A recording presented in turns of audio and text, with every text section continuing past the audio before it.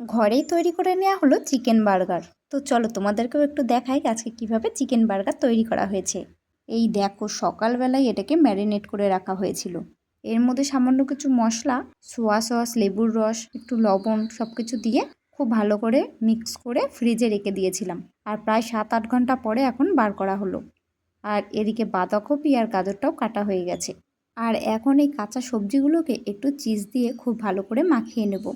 আর আজকে যে চিজটা ইউজ করা হবে সেটা কিন্তু আগের থেকে সামান্য দুধ দিয়ে জাল দিয়ে নেওয়া হয়েছে।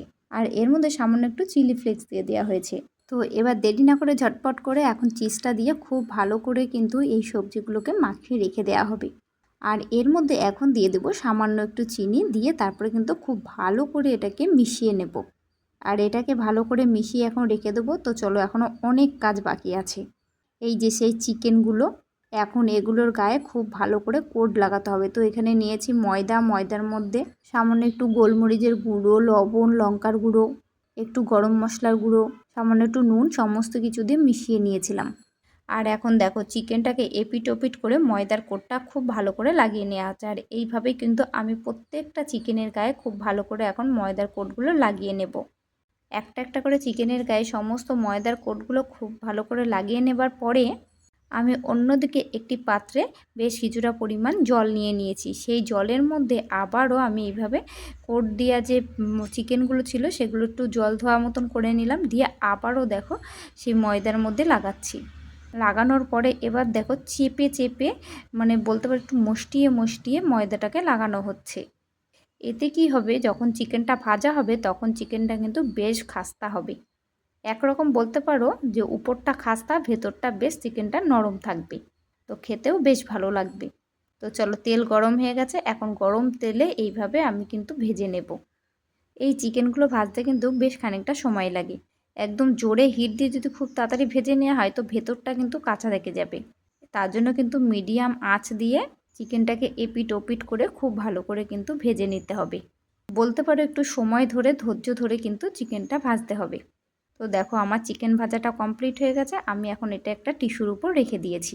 তো এইভাবে সমস্ত চিকেনগুলো আমি ভাজা করে নিয়েছি। আর এখন এদিকে পাউরুটি সেঁকে নিয়েছি, তার মধ্যে সামান্য একটু সস দিয়ে ভালো করে মিশিয়ে নিচ্ছি। এবারে এর মধ্যে আগে থেকে কেটে রাখা পেঁয়াজ ও টমেটো দিয়ে খুব ভালো করে ডেকোরেশন করে দেবো।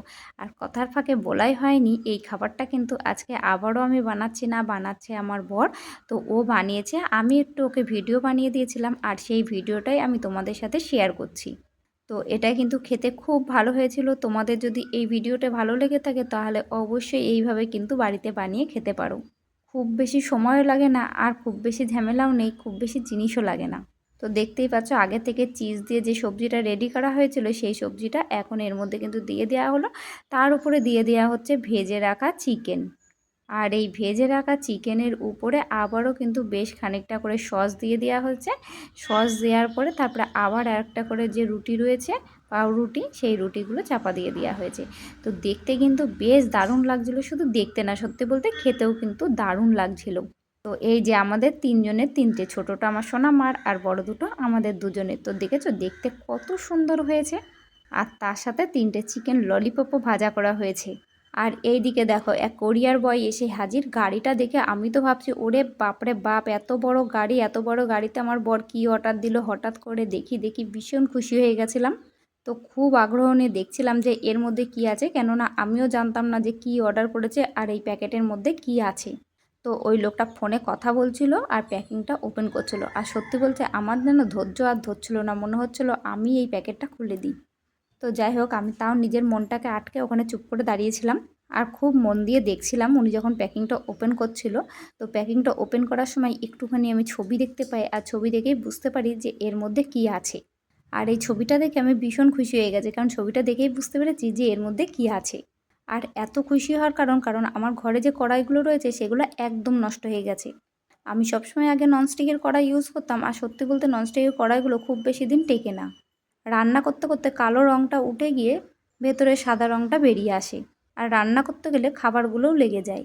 এটা কি শুধু আমার সাথেই হয়েছে নাকি তোমাদের কারোর সাথে হয়েছে, অবশ্যই আমাকে কমেন্ট করে জানিও। ইন্ডাকশানে যাতে রান্না করতে পারি তার জন্যই নেওয়া হয়েছে স্টিলের কড়াই। দেখা যাক এটা কেমন হয়। কৃষ্ণের ছবিটা দেখো কি সুন্দর লাগছে, চোখ দুটো যেন মনে হচ্ছে মায়ায় ভরা। তো এই আর্টটা করা হয়েছে মাটির থালার উপরে।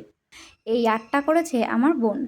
বেশ কিছুদিন আগে ওর কিছু স্টুডেন্ট ওর কাছে বায়না ধরেছিল ওদের স্কুলের কিছু কাজ করে দেবার জন্যে।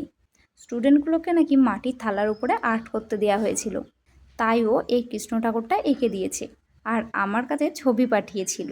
এ দেখো আরও একটা দুর্গা মূর্তির ছবিও এঁকেছে। তো এই ছবিগুলো আমার খুব ভালো লেগেছে। আর ও কখনো সেইভাবে আঁকা শেখেনি, তারপরেও যে এত সুন্দর করে এঁকেছে আমার খুব পছন্দ হয়েছিল, তাই ভাবলাম তোমাদের সাথেও একটু শেয়ার করি। এই সবগুলো কিন্তু মাটির থালার উপরে ডেকোরেশন করা। তো তোমাদের কেমন লাগছে এগুলো অবশ্যই কিন্তু কমেন্ট করে জানিও। আরও অনেক অনেক জিনিস বানিয়েছে, সেগুলো ধীরে সুস্থে তোমাদের সাথে শেয়ার করব। আর চলো দুটো পাঞ্জাবি তোমাদের সাথে শেয়ার করি। এই দেখো এই দুটো পাঞ্জাবি ডেকোরেশন করেছে আমার দিদির ছেলের জন্যে, ফেব্রিক দিয়ে কাজ করেছে। আর এখন তো এগুলো ট্রেন্ডিংয়ে চলছে। আর এ দেখো আমাদের বাড়ি পুজো ছিল, পুজোতে কত সুন্দর করে আলপনা দিয়েছে। আমি পারিঙ্গিপাট্টার বাজারে গিয়ে খুঁজে পেলাম পটল। দেখে তো চক্ষু চড়ক, যেন মনে হচ্ছে চিনতেই পাচ্ছিলাম না। এই 4 বছরে এই প্রথমবার পটল দেখলাম। আর এই খুশিতে 1 কেজি পটল কিনে এনে যা যা রান্না করা যায় সব কিছুই আজকে রান্না করে নিয়েছি। 1 কেজি পটলের দাম কত নিয়েছে জানো এখানে? 100 টাকা, যেটা আমাদের ওখানে 20-25 টাকায় হয়ে যায়। আজকে ফোন কাটতে কাটতে হঠাৎ এই জায়গাটা চোখে পড়লো। এই জায়গাটা কোথায় জানো? চিনতে পারছ? তিরুপতি। আগের বছর আমরা এই জায়গাটাই ঘুরতে গেছিলাম। এই জায়গাটা দেখার পরে খুব ইচ্ছে হচ্ছে আবারও একবার এই জায়গাটায় ঘুরতে যাবার। তবে জানি না আবার কবে এই জায়গায় ঘুরতে যেতে পারবো। জায়গাটা ছিল ভীষণই সুন্দর, তবে আগেরবার সাইট সিনগুলো আমরা ঘুরতে পারিনি। এরপরে যদি কখনো যাই অবশ্যই সাইট সিনগুলো ঘুরবো আর তোমাদেরকেও সব কিছু ঘুরে দেখাবো। তো চলো আজকের মতো ভিডিওটি এখানেই শেষ করছি। দেখা হবে পরবর্তী একটি নতুন ব্লগ ভিডিওতে। তোমরা সকলে ভালো থেকো, সুস্থ থেকো।